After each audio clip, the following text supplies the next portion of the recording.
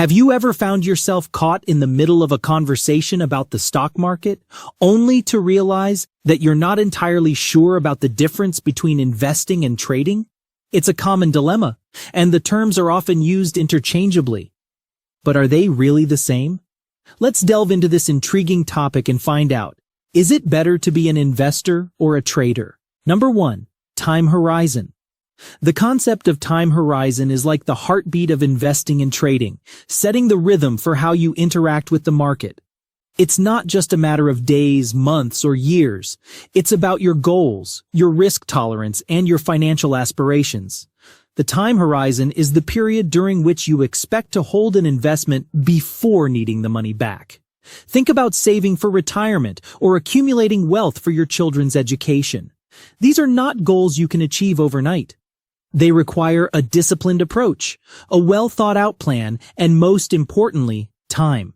The longer your time horizon, the more aggressive you can be with your investment choices. You can afford to invest in assets with higher volatility because you have the luxury of waiting out the market's ups and downs. Over time, the power of compounding works in your favor, turning even small, regular investments into significant sums. On the flip side, trading typically involves a shorter time horizon. Traders are not necessarily looking to build a retirement nest egg or save for long-term goals. Instead, they seek to capitalize on short-term market movements. Whether it's a few seconds in the case of high-frequency trading or a few months, the focus is on quick gains. The shorter the time horizon, the less room there is for error. A bad trade can't be left to recover over years. Immediate action is required. Therefore, the asset choices here are often more liquid, enabling quick entry and exit. Number 2. Technical versus fundamental analysis. When it comes to making informed decisions in the financial markets, two schools of thought often dominate the scene: technical analysis and fundamental analysis. These approaches are like two different languages spoken in the world of finance, each with its own set of rules, strengths, and limitations. Fundamental analysis is like the soul-searching philosopher of the investment world. It delves deep into the intrinsic value of an asset, seeking to understand it from the inside out. This method involves a comprehensive study of the overall economy, industry conditions, and the financial health of individual companies. It's about understanding the why behind an asset's value. Analysts scrutinize earnings, expenses, assets, and liabilities to gauge a company's true worth. Technical analysis, on the other hand, could be likened to a meteorologist forecasting the weather. It doesn't concern itself with why things are the way they are. It focuses on what is likely to happen next based on observable patterns. Traders use statistical trends, such as price and volume movements, to predict future stock behavior. The core belief here is that all known fundamentals are already factored into the price, making it unnecessary to consider them separately. Various indicators like moving averages, support and resistance levels, and momentum indicators form the toolkit of a technical analyst. Number 3, risk management. At number 3 is risk management, an area where the approaches of investors and traders are as different as night and day. Investors often adopt a more conservative strategy, focusing on diversification and long-term growth. They're not just throwing darts at a board, they're carefully selecting each dart and aiming for a target that may be years away.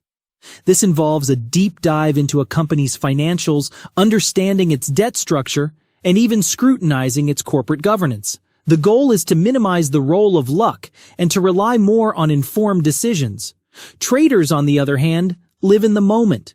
They make decisions based on short-term market movements and news. For example, if the Reserve Bank announces a change in interest rates, traders will quickly assess the impact on various sectors and make trades accordingly. This is not to say that traders are reckless. They too have their own methods of managing risk. However, their strategies are often more complex and require a higher level of engagement with the market on a day-to-day basis. The mindset also plays a significant role in risk management. Traders are generally more willing to take risks because their strategies often involve higher potential returns, but also higher potential losses. Investors, being in it for the long haul, are generally more cautious. They know that time is on their side and that market fluctuations will even out in the long run. Number 4. Costs and taxes. Let's talk about the often overlooked factors in investing and trading. Costs and taxes. Investors with their long-term horizon have the luxury of time to recover from the costs of buying and holding assets. These costs can include brokerage fees, fund management fees, and the like. Over a long period, these costs become less significant compared to the potential gains from the investment. Traders don't have this luxury. Every trade involves a cost, and when you're making multiple trades in a day or a week, these costs can add up quickly. And let's not forget about taxes. Short-term capital gains are generally taxed at a higher rate than long-term gains, which can eat into a trader's profits. But it's not all doom and gloom. Savvy traders can offset these costs through various strategies, such as tax loss harvesting, or by holding on to assets for just over a year to qualify for lower long-term capital gains tax. Investors, meanwhile, can minimize costs by opting for low-fee index funds or ETFs. The bottom line is that costs and taxes may seem like minor nuisances, but they can have a significant impact on your net returns. Number 5. Level of involvement. And finally, in the financial markets, not everyone wants to be in the driver's seat. Some prefer to set the cruise control and enjoy the scenery, while others can't wait to get their hands on the wheel, eager to navigate every twist and turn.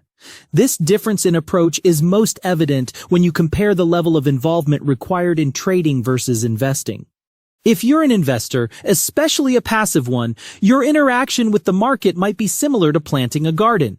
You do your research, pick the best seeds, plant them, and then wait. Sure, you'll water the plants and maybe add some fertilizer, but for the most part, you let nature take its course. You're not out there every day checking the soil's pH level or fretting over a cloudy day. You trust that over time, your efforts will bear fruit. Even active investors who might prune a bush here or stake a plant there aren't constantly meddling. On the contrary, traders are like chefs in a bustling kitchen. They're juggling multiple pots and pans, all cooking at different temperatures and speeds. A moment's distraction could mean the difference between a gourmet meal and a burnt disaster. They're tasting, adjusting the seasoning, stirring and flipping, all while keeping an eye on the clock. There's no set it and forget it in this kitchen. Every dish is timed to perfection, and there's little room for error. The stakes are high, but so are the rewards. The choice between investing and trading is not just a decision. It's a reflection of your financial personality, your tolerance for risk, and your life goals. So, as you ponder this crucial decision, ask yourself, are you the tortoise, slowly but surely making your way to financial freedom, or are you the hare, sprinting towards immediate gains but with the risk of stumbling? If you liked the video, please consider subscribing and sharing so we can keep bringing more content like this. See you next time.